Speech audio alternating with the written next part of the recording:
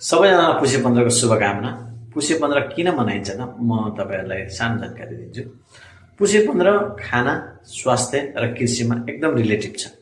किन भन्नुहुन्छ भने यो भनेको मध्यम जाडो हो। एकदम जाडो हुने समय भनेको पुसे 15 हो हैन। यतिखेर हाम्रो शरीरलाई चाहिने आवश्यकता पर्ने ऊर्जा र तातोपन बनाउनु पर्ने र बल चाहिने भएको कारणले गर्दाखेरि यतिखेर यो जाडो समयमा चाहिँ खिचडी खाने गरिन्छ। खिचडी किन भन्दा खिचडीमा धेरै पौष्टिक तत्व हुन्छ र पेटलाई पनि राम्रो गर्छ, छिटो पच्छ है।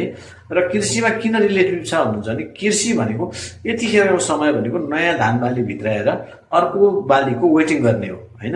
यो समयमा चाहिँ कृषकहरू खाली हुने गर्छन् र यतिखेर खाएर आफू बलियो बनेर हैन फेरि कृषकहरू अर्को जोस जागरण साथ अर्को बाली भित्राउनको लागि पनि र जाडो महिनाकोले गर्दाखेरि पनि पुसे 15 मनाइने गर्छ है। यति भन्दै फेरि पनि तपाईहरुलाई पुसे 15 को धेरै धेरै शुभकामना। Thank you, keep watching, bye bye.